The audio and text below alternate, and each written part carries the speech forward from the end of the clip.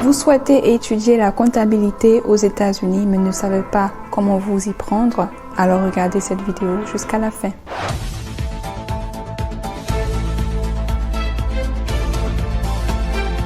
Bonjour à toutes et à tous, bienvenue sur ma chaîne. Moi c'est Bibi, j'ai immigré aux États-Unis en 2015 et là je fais des études de médecine. Sur cette chaîne-ci, je vous parle un petit peu de l'immigration et des études aux États-Unis. Également, j'ai une deuxième chaîne où je fais des directs.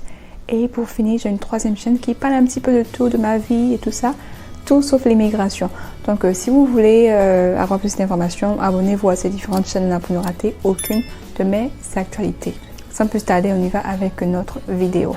Alors, je vais vous donner quelques étapes générales à suivre pour quelqu'un qui souhaite étudier la comptabilité aux États-Unis.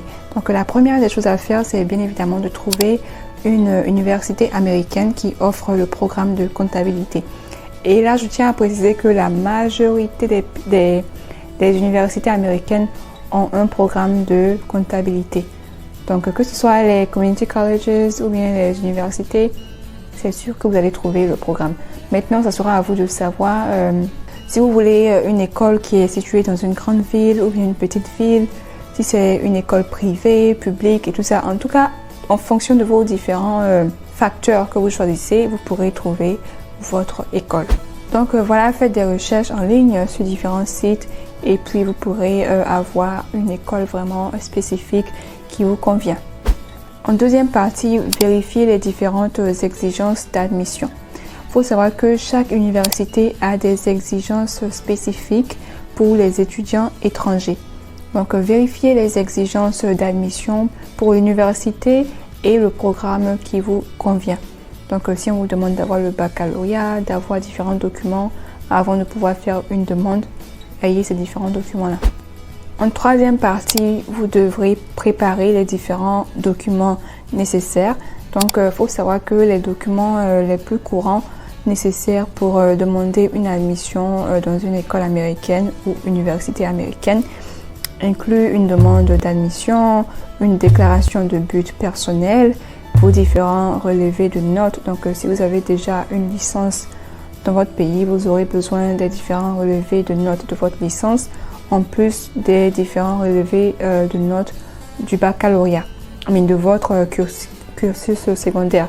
Donc, de la seconde à la terminale, ensuite votre relevé de notes du baccalauréat, votre diplôme du baccalauréat, votre preuve financière. Donc si vous avez un sponsor financier, donc cette personne-là qui va payer vos études, vous devrez avoir les documents qui prouvent que cette personne-là a assez d'argent, donc suffisamment d'argent pour pouvoir payer votre scolarité. Donc vous aurez besoin des relevés bancaires de cette personne-là. Donc généralement les relevés bancaires des 3 derniers mois avant votre admission ou avant le fait que vous passez votre interview. Également, si c'est une école qui demande le TOEFL, vous allez devoir avoir votre résultat du TOEFL. Également, si c'est d'autres tests comme le IELTS, vous aurez également à passer, donc à vous préparer pour ce test-là, passer le test et puis recevoir vos résultats. Donc tous ces documents-là seront dans votre dossier pour faire une demande d'admission à l'université qui vous convient.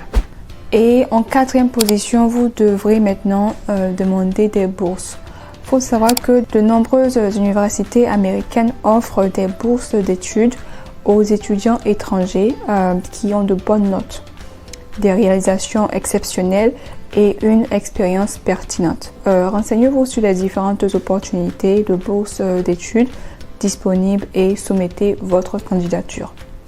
Donc, si l'école où vous souhaitez aller a un programme de bourse, de leadership, de community service et tout ça, essayez de faire ces différentes activités-là pour pouvoir faire une demande de cette bourse-là. Donc, les bourses de leadership sont différentes des bourses qu'on vous donne automatiquement. Ce sont des bourses qu'on appelle merit-based. Donc, c'est des bourses qui sont basées sur le mérite. Ok, donc ce qui veut dire que c'est basé sur vos notes.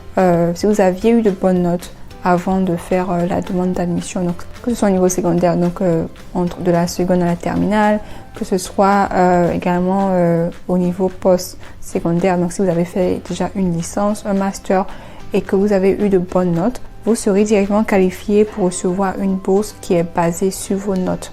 Donc cette bourse-là est différente d'autres types de bourses comme les bourses basées sur le leadership et tout ça. Donc je tenais à vraiment faire la part des choses.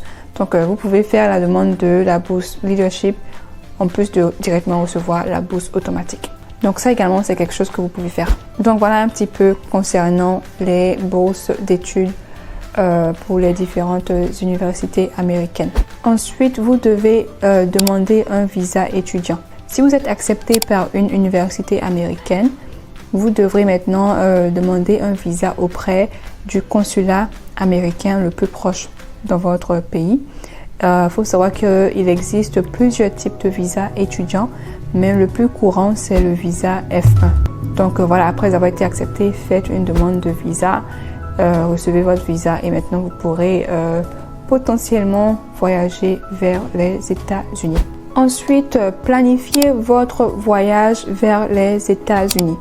Une fois que vous avez été accepté et avez reçu votre visa, vous pouvez planifier votre voyage vers les États-Unis. Obtenez les informations nécessaires pour réserver votre voyage, y compris le logement, le transport, l'assurance maladie et tout ça. Donc, une fois accepté par l'école et une fois que vous avez reçu votre visa, prenez rendez-vous avec le directeur du département international.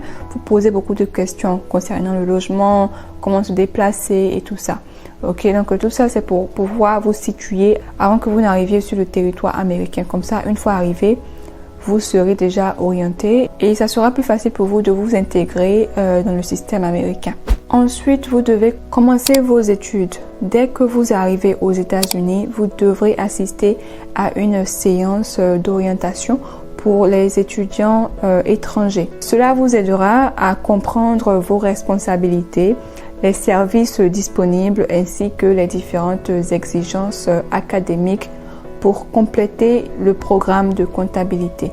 Donc, une fois arrivé, prenez le temps de poser beaucoup de questions, assister à l'orientation et puis si vous devez prendre des cours d'anglais, on vous dira ok, vous allez d'abord faire un test d'anglais pour voir votre niveau en anglais et après ça maintenant vous serez mis dans une classe d'anglais, donc ils appellent ça ESL, English as a Second Language, donc ESL.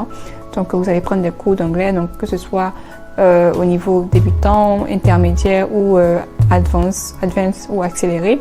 Vous allez prendre des cours d'anglais et après ça maintenant vous allez reprendre encore le test d'anglais pour voir votre niveau, si votre niveau a évolué et en fonction de votre nouveau score, vous saurez si vous pourrez commencer votre filière, les cours de votre filière ou bien si vous devez continuer à prendre d'autres cours d'anglais pour vous perfectionner avant de pouvoir commencer votre filière.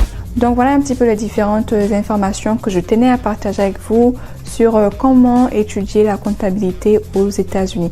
J'espère que cette vidéo là vous aura été utile. Donc si c'est le cas, likez la vidéo, partagez, commentez si vous avez des questions et on se dit à la prochaine. Bye!